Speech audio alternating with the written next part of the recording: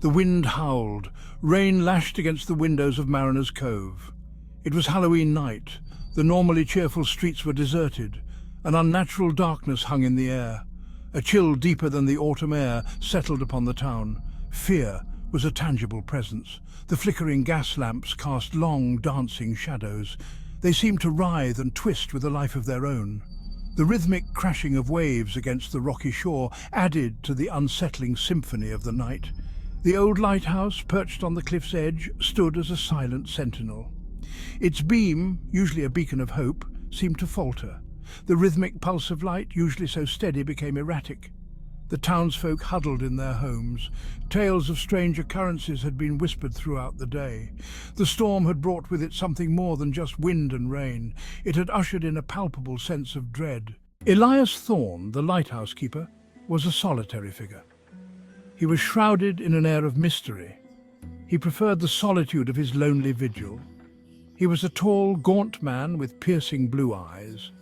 Thorne had arrived in Mariner's Cove 5 years ago. He came without warning or introduction. The townsfolk knew little about him. They mostly kept their distance. The first disappearance occurred on Halloween night.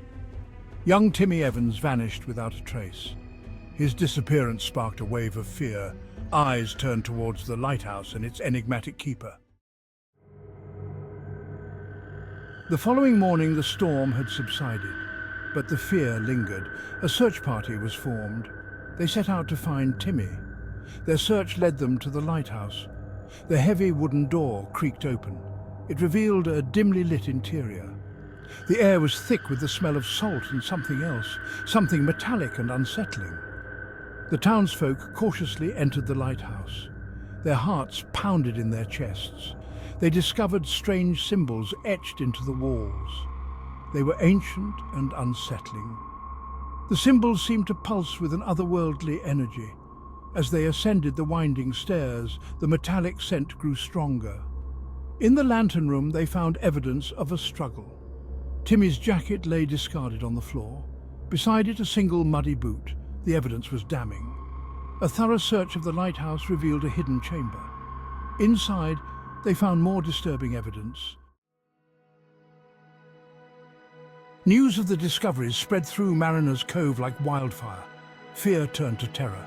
The townsfolk realized that they had been living alongside a monster.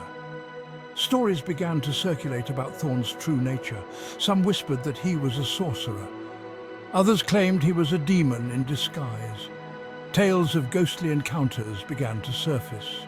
Fishermen claimed to have seen Thorne's spectral form wandering the cliffs at night, his lantern swinging erratically in the wind. Others reported hearing his chilling laughter echoing from the lighthouse. The lighthouse, once a beacon of hope, was now a place of terror. The legend of the spectral keeper became ingrained in the town's history. Parents warned their children to stay away from the lighthouse, especially on Halloween night. The once celebrated holiday became a time of fear and remembrance. Halloween in Mariner's Cove was forever changed. The cheerful celebrations were replaced with somber memorials for Timmy Evans and the other missing townsfolk. The lighthouse stood as a silent monument to their tragic fate. Years passed. The lighthouse remained abandoned, a decaying testament to the horrors of the past. The legend of Elias Thorne lived on, whispered around campfires. Townsfolk avoid the lighthouse, especially on Halloween night. The eerie glow evokes a sense of dread. The legacy of Elias Thorne continues to haunt Mariner's Cove.